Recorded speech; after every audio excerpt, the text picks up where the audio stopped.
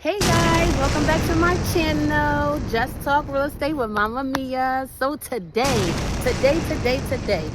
me and my investors are looking at 5+ acres of buildable land where they want to build the property, but also have a parking lot on the side where they can charge commuters to go back and forth to work, where they can just park their cars and go, and they'll have a bus pick them up and bring them back.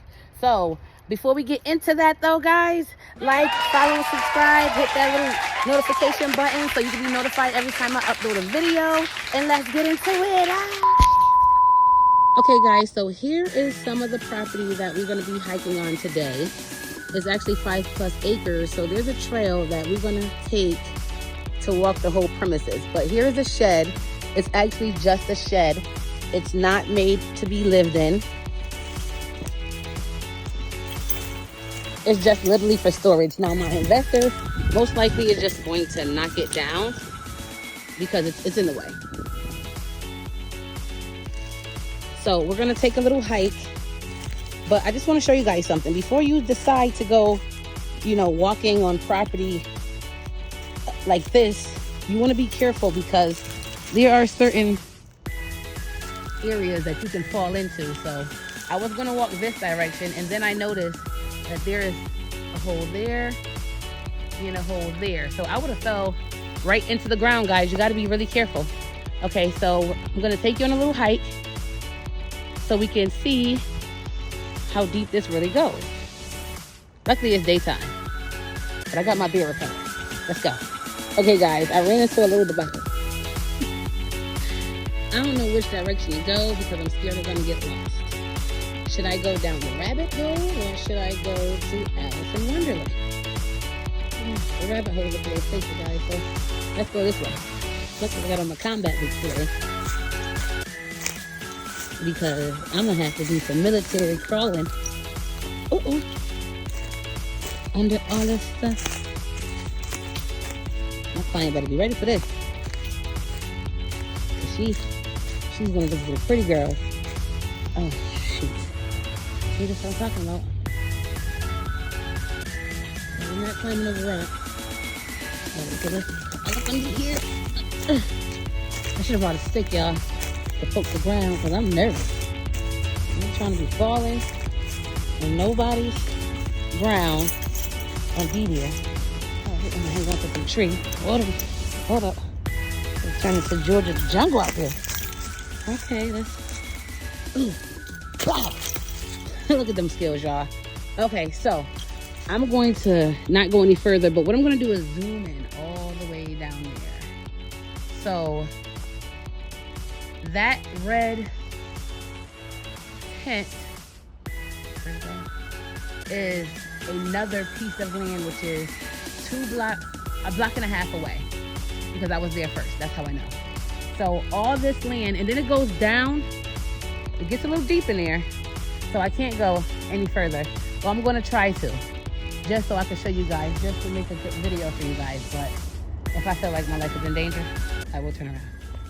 Okay, let's continue, shall we?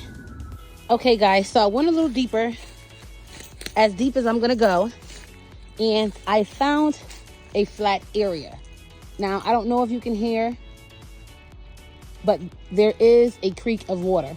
So that is a positive thing for my client, because we need to be able to make sure that the house have running water and sewage. So right here, I'm going to suggest that she would put, dig all this out, clean all of it out, and she would be able to put her septic, and then we can also put a well, which will have running water. The septic is for the sewage. Anything that comes out of the house, the toilet, the running water, it goes all into the septic, because there is no public sewage. Okay?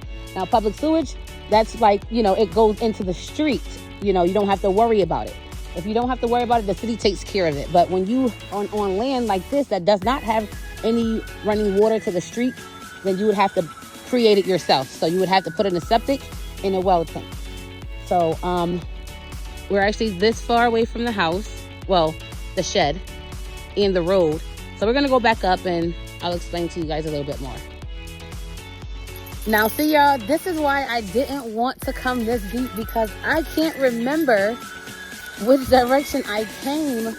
I know I said I was gonna go down the rabbit hole, and I was like acting like I was G.I. Jane jumping over rocks.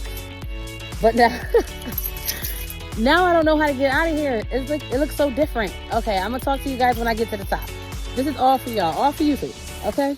Okay, guys, I made it out. Moral of that story is do not go into the woods, day or night, if you're not a ranger. Because I don't even know how I got lost, and I only went like 5 seconds into the woods. I couldn't even get out. Everything looks different when you turn around. Anyways, guys. Okay, so let's get back to the sewage and the water. So what, again, what my investor is going to do is, create their own living situation where they're going to put a septic tank in the ground for all the sewage, and they will put a well to have running water. And every so often they have to get that cleaned out. If not, it won't be a pretty situation. If your sewage overfloods, you will have all that sewage puddled up in the back of your yard. Highly disgusting. I would not suggest that. So if you do get a septic tank, make sure you take good care of it. You can use Red X. They sell it at Home Depot. It chops down some of it so you don't have to get it cleaned as often, but you have to make sure you take very good care of it. And you also want to check your well. You don't want to have a crack in your well or a crack in your septic for that matter. So you guys want to make sure you pay good attention to that if you have a septic or a well tank in your home. And the land is not the only place where you have to put a septic or a well tank. There's several homes in the area that have septics and wells within Connecticut. So make sure you guys pay very close attention to that. Without further ado, thank you for staying tuned to my channel with Just Talk Real Estate with Mama Mia. And don't forget to like, follow, and subscribe. Click that notification button so you can be notified every time I upload a video.